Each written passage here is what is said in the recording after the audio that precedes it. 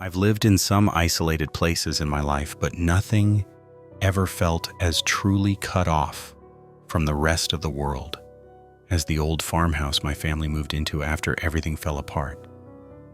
People talk about living in the woods, but this was inside the woods. Imagine a house so deeply buried in the rural spine of Maine that even light seemed to struggle to get there, a place where the trees weren't just trees. They were pillars of something ancient, tall enough and dense enough that the forest floor stayed cold, even in summer. This is where I ended up the year my back gave out. I'd worked 20 years at a paper mill. It wasn't a glamorous job, but it was steady. Then one normal day, reaching up for something on a shelf, I felt a pain so sharp and wrong that everything went black for a moment. Multiple slipped discs. Permanent damage. Overnight, I became someone who could barely put socks on without gritting my teeth. I couldn't work anymore. My wife had to find a job after years without one. Our savings evaporated. And then came Palmyra, a dot on the map. 1,200 people maybe. No stores, no nightlife, no visitors. Just trees, miles and miles of them. It felt like moving into the lungs of the earth. But the house was cheap, secluded, and on a massive piece of land we could never have afforded anywhere else. When we first arrived, it was like stepping into a forgotten photograph. A long dirt road, a barn leaning slightly to the left, and the house sitting in the center of this huge, silent field. The tree line formed a near-perfect circle around us, like a fence built by nature to keep something contained. At first, I told myself the isolation was peaceful, therapeutic. Maybe this was the kind of environment people wrote novels in. But there was a heaviness to that place, the kind that pressed against your skin when you stepped outside. Even the wind felt reluctant to move. There was one thing I fought my wife on: the guns. All my hunting rifles, the ones passed down from my father and his father, she didn't want them in the house. Not with kids around. I resisted, but not for long. We built a heavy-duty gun cabinet in the barn and locked everything away. The barn itself stayed locked. It made her feel safe, so I let it go. If I had known what was coming, I never would have agreed to that. For the first year, we settled into routines, small rituals that became anchors. My favorite was sitting on the porch at night with my wife, drinking coffee and looking out over the field. From the porch, the world felt almost calm. A quiet place, suspended between darkness and sleep. But looking back, the forest was never calm. It was always waiting. The first sign something was wrong came from the lights. We were sitting on the porch one evening, nearly a year after moving in.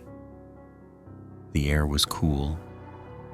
The field was covered in that gray-blue haze that comes right before night fully takes over. My wife stopped talking mid-sentence. She was staring past the field, past the openness, to the tree line. There, deep in the woods, were faint pulsating lights, not like flashlights, not like car headlights. These were soft and rhythmic, breathing almost, glowing from behind the black wall of trees. I went inside and called my son, who was staying the night. I asked him to look. He stared for a long time and said exactly what I was thinking, but didn't want to admit there's no road out there. There wasn't. That part of the forest was untouched, undisturbed. Nobody walked through it. Nobody could walk through it unless they wanted to force their way through branches thicker than arms. I convinced myself it was probably a poacher, someone who had wandered too far onto our property. I grabbed my coat and asked my son to come with me. We crossed the field toward the lights. Each step we took, the lights dimmed, faded, retreated deeper into the woods. By the time we reached the tree line, the lights were gone entirely. But the odd thing wasn't their disappearance. It was the sound. The instant we stepped under the canopy, the forest seemed to inhale. Everything was muffled, the earth beneath our boots, the whisper of pine needles, even our breath. Then, somewhere off to the left, came movement. Slow, heavy, something matching our footsteps.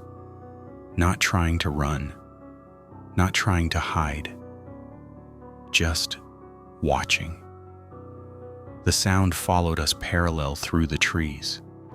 We retreated quickly. Weeks passed before something else happened, and this time it was worse. My daughter and her boyfriend took the dogs into the woods one afternoon.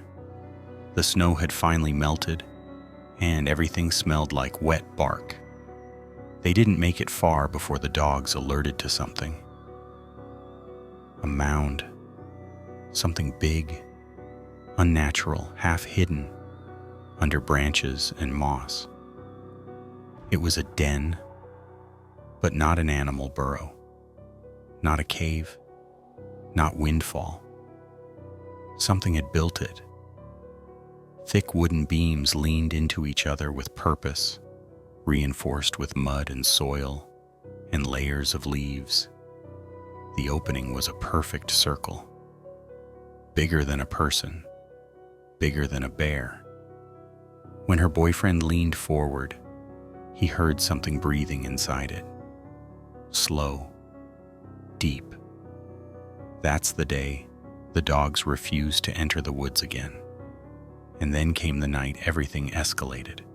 It was spring, damp, cold, and quiet.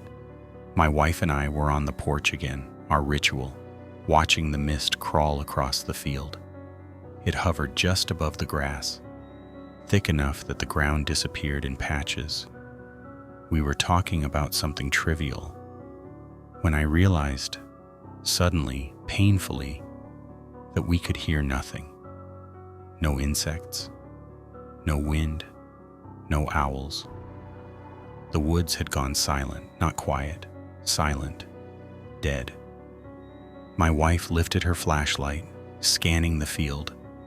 The beam cut through the mist like a blade, illuminating nothing but emptiness. She lowered the light. That's when the feeling hit me. A punch of instinct so powerful, it made me nauseous. Something was out there. Something was watching us. And it was too close. I told her we needed to go inside. She resisted at first, confused, annoyed, but before she could ask why, her eyes drifted back toward the field. She froze. I followed her gaze. And that's when I saw them. They were standing in the middle of the field. At first they were just shapes, dark silhouettes rising out of the mist, motionless, too tall to be anything ordinary. For a few seconds, my brain did what every brain does when it meets something it doesn't recognize. It tried to shove it into a familiar box. Maybe they were bushes I'd never noticed, maybe fence posts, maybe a trick of the fog. But they weren't. They were in a loose line, evenly spaced, 5 of them. Massive forms hunched low, like they were ready to spring. Even from that distance, there was a weight to them, a wrongness, like the proportions were off. Limbs too long, heads held too high, bodies too wide. I felt something cold spread down my spine. Not fear recognition. This was what had been in the woods that first night with the lights. This was what had built the den. This was what had been pacing the tree line and listening to us talk on the porch every single evening learning our pattern, learning our habits. The mist moved across the field like shallow water, curling around their legs without ever fully revealing them. The longer I stared, the more I could make out. Broad shoulders hunched forward, heavy chests, heads angled toward the house as if all five were locked onto us. They weren't wandering. They weren't passing through. They had come here for us. I remember becoming hyper-aware of everything at once, the rough wood of the porch railing under my fingers, the faint heat from the coffee cup still in my hand, the sound of my own heartbeat pounding in my ears. My body felt rooted, nailed to the spot, but something primitive inside me was already screaming to get away. Then the creatures moved. There was no hesitation, no warning. 1 second, they were statues in the mist. The next, the line shattered. They surged forward in unison, tearing across the field with a speed that didn't make sense for anything that size. The mist opened around them in streaks and eddies where their bodies cut through it. I caught glimpses of details I didn't want to see. Long forelimbs digging into the earth, shoulders rolling like a big cat, heads held low and fixed on us like targets. I didn't even feel myself make the decision to run.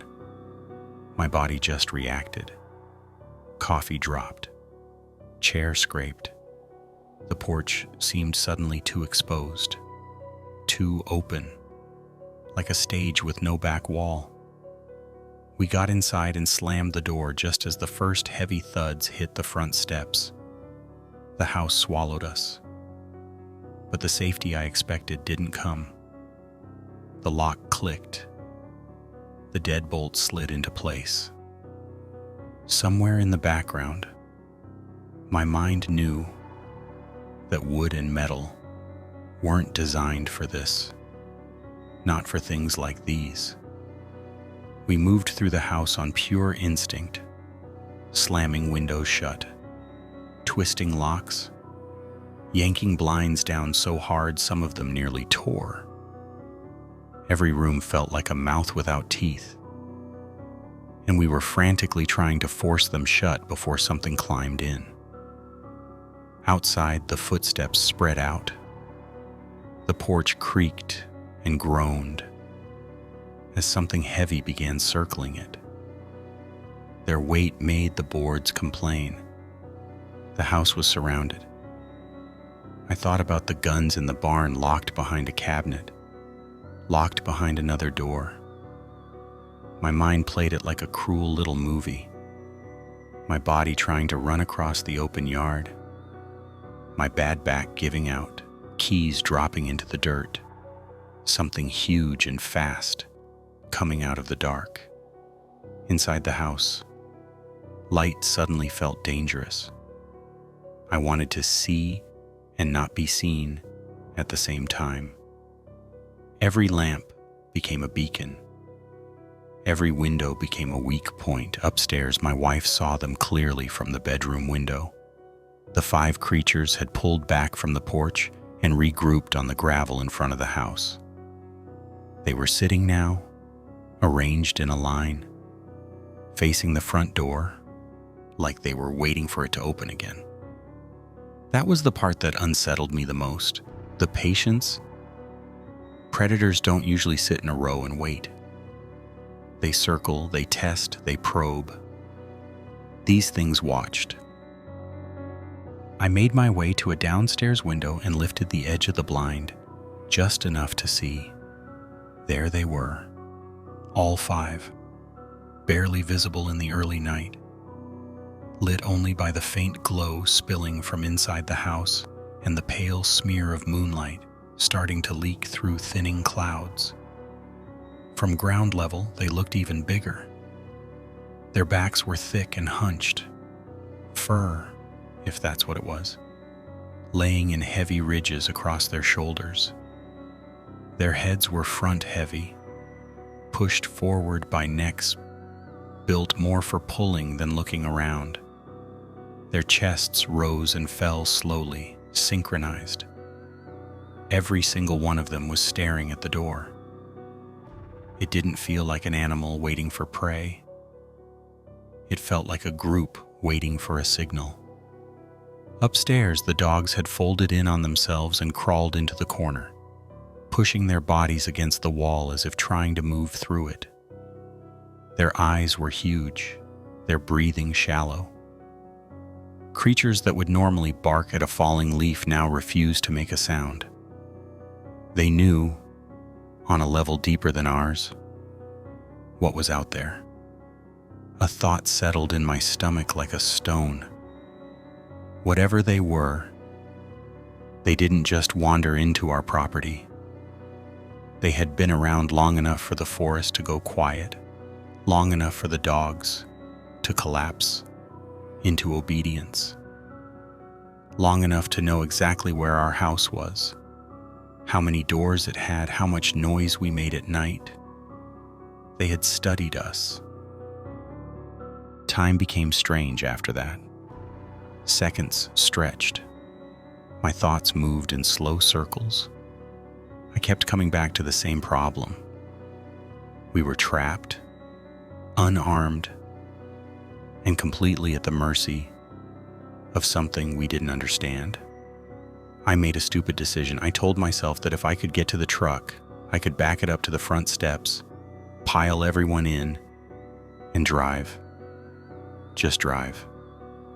No destination, no plan, just movement. When I checked the window again, the creatures weren't on the gravel anymore.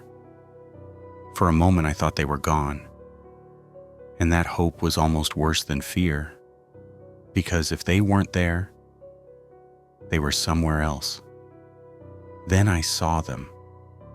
They had returned to the same spot in the field where they first appeared, right at the edge of the mist.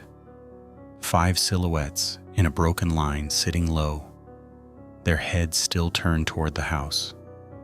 Watching, it felt like they were giving me a choice. I took it. I opened the front door as quietly as I could and stepped onto the porch. The night hit me like cold water. From out here, the house looked fragile and thin, like a shell someone had forgotten to reinforce. The field stretched out in front of me, pale and empty, except for those shapes pressed against the darkness. I walked down the steps and toward the truck, each footstep sounding far too loud on the gravel. My eyes never left the creatures. They didn't move, they didn't flinch. Their stillness was somehow worse than if they had charged. The truck felt too far away.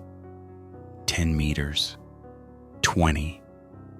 I reached the driver's side door and fumbled for the keys with hands that didn't feel like mine. The metal slipped once, twice. Then the motion sensor light above the driveway clicked on with a sharp electrical buzz. White light flooded the yard. The creatures reacted. One of them rose. Not just standing, unfolding. The shape that had been low to the ground stretched upward until it was impossibly tall. It stood on its hind legs, staring directly at me, the front of its body revealed in shards of light. For a fraction of a second, I saw it clearly. The upper body was too long. The arms hung low, ending in hands or paws or something in between, with long claws that curved like hooked knives. The head was wrong, lupine outline but stretched, the muzzle slightly too narrow, eyes too far forward, catching the light in a way that made them look reflective and deep. At the same time, I didn't even have time to fully process it. The others followed. All 5 surged forward from the field. The sudden movement broke the paralysis in my legs. I dropped the keys. They hit the gravel with a sound that echoed in my skull. I didn't bother looking for them. There was no time. I ran. My body protested immediately. My back screamed. My legs felt like they were sinking into the ground, each step heavier than the last. But adrenaline does strange things. It stitched my pain to the background and forced my body to move. Behind me, claws hit gravel. Multiple sets. Fast. The porch steps blurred under my feet. My hand found the door handle, and somehow it opened. I threw myself inside and slammed the door just as the first thud reported through the wood. Something large collided with the porch. The entire frame trembled. They were on the house now. The impact against the door shook the whole frame, not a hit, not a swipe, something heavier, deliberate, testing. The wood flexed. Dust drifted loose from the top of the door frame and floated through the air like ash. I staggered backward, my chest heaving. For a moment, I couldn't even hear my wife calling my name. The only thing I could hear was the house, groaning, straining, as if it was suddenly aware of how unprepared it was to protect the people inside it. Then the porch boards began to creak, slow at first, then heavier, like weight shifting in circles around the house. Footsteps, plural, moving in different directions. Something brushed against the siding with a low, scraping drag that made my teeth hurt. I stepped away from the entryway, every muscle trembling. The living room lights felt too bright, too exposed. Like we were standing on a stage, I turned them off. My wife met me halfway through the room, shaking, her hands gripping my arms so tightly, her nails dug into my skin. She didn't ask what happened. She already knew. We locked every door, every window, dragged whatever heavy furniture we could find in front of them. Dressers, tables, even the old chest we stored blankets in. The dogs refused to leave the corner of our bedroom upstairs. Their bodies were pressed flat to the floor, ears pinned back, whining so softly it barely made sound. I've seen dogs afraid. This wasn't fear. This was submission. Whatever was out there was bigger than their instinct to protect us. From the upstairs hallway, my wife looked through the bedroom window. She didn't scream, but she dropped below the frame so fast she almost hit her head on the heater. Her voice was thin, strangled, shaking. "They're back on the gravel," she whispered. "All of them." I forced myself to look. They were sitting in a row again, just like before. 5 shadows, broad and hunched, staring at the house. Their bodies barely moved except for the slow expansion of their chests. No barking, no howling, no sniffing. Just that fixed, predatory focus. I realized something then. They weren't confused. They weren't startled by me running. They weren't reacting. They were planning. Like 5 soldiers waiting for the command to strike. A pressure began building in the house. Something invisible but thick, like the air was tightening around us. I paced the downstairs floor, unable to stop glancing toward the windows, every instinct screaming at me to stay away from the glass. I felt exposed, contained. Then, silence. The creatures moved again, but this time without sound. The crunch of gravel stopped. The porch boards didn't creak. The scratching faded. For several seconds there was nothing. No footsteps, no breathing, no shuffling, just stillness. I lifted the corner of a blind. They were gone. Not back in the field, not on the driveway, not on the porch. Gone. The kind of disappearance that meant danger was no longer approaching from one direction, because it now surrounded us. My wife's breath hitched upstairs. Then she whispered, "They're on the roof." The sound hit me a moment later, a dull thump, then another, then the scratch of claws on shingles. It moved slowly across the roof, but not like an animal sniffing for weakness. It moved with purpose, tracing the edges of the second floor windows, stopping, testing, calculating. One of them settled its weight directly over our bedroom. The ceiling groaned. I heard the nails of its claws drag lightly across the roof, exploring mapping, deciding where to apply pressure. Another set of footsteps circled toward the smaller roof that covered the first floor. From the upstairs landing, I could see shadows passing behind the thin curtains. The silhouettes were wrong. Too tall for wolves, too bent for bears, too deliberate for anything that lived in these woods. Every time they paused in front of a window, I had to fight the urge to breathe. Then came the scratching. Not random swipes, strategic digging. The sound burrowed straight into my nerves. Long, deep gouges. The siding shuddered under the pressure. I pressed my hand against the wall and felt the vibration from something trying to claw through it. My wife and daughter were in the bedroom now, sitting on the bed with the dogs wedged between them like shields. The animals shook so hard the mattress rattled. I pushed a dresser in front of the bedroom door and wedged a chair beneath the handle. It felt useless. We couldn't move, couldn't run, couldn't fight. The barn might as well have been a mile away. The truck was unreachable. The forest was alive with things that wanted in. Minutes passed like hours. At some point, the creatures began communicating. Low, guttural murmurs vibrated through the walls. A deeper, distant howl answered. Something shifted from the porch to the corner of the house. Something else thumped down near the old storm cellar entrance. They were coordinating. The night stretched in slow, suffocating waves. Sometimes the scratching intensified, sometimes it stopped completely. Sometimes the footsteps concentrated on one side of the house.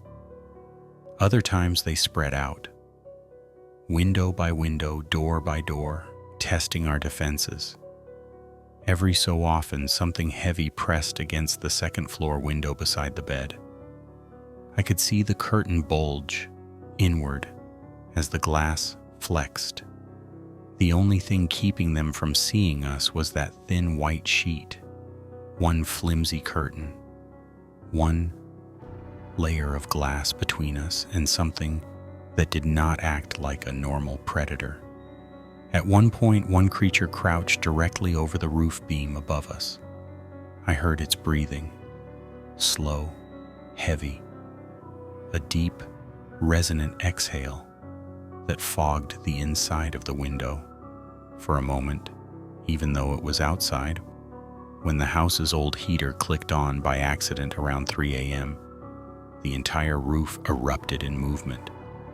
They scattered, then regrouped, claws scuttling across shingles like enormous insects, reacting to sudden noise. The sky remained black. The night refused to end. I don't remember falling asleep. I don't remember closing my eyes. I only remember the moment I opened them again and felt sunlight on my face. Morning. The scratching had stopped. The footsteps were gone. A thin, exhausted silence hung over everything. We waited in the bedroom for nearly an hour before we even dared to move the dresser away from the door.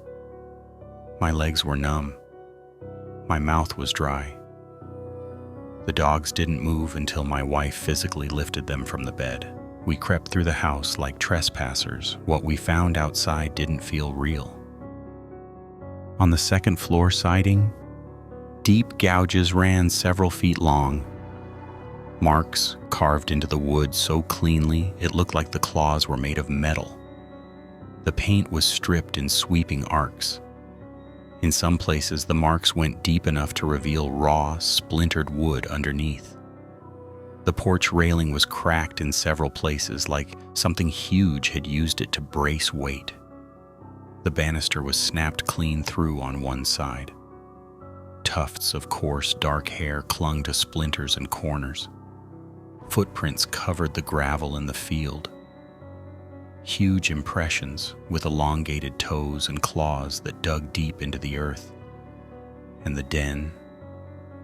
We went back into the woods that afternoon. The den was bigger, expanded, reinforced, like something had returned to it after their visit or something had been awakened by it. We packed our things within a week. We didn't bother selling the house. We just left. I still dream of that night sometimes, of the line of creatures standing in the mist, of the way they watched the house without moving, of the scratch marks that sank deeper into the wall each hour, of the sound of claws on the roof, deciding where to break through. And sometimes, on certain nights, I wake up, certain that what I'm hearing is a branch scraping my window, until I remember the house we escaped didn't have branches that close. Something else was making those sounds. And if it could find us once, who's to say it couldn't find us again? Subscribe and walk deeper in the dark.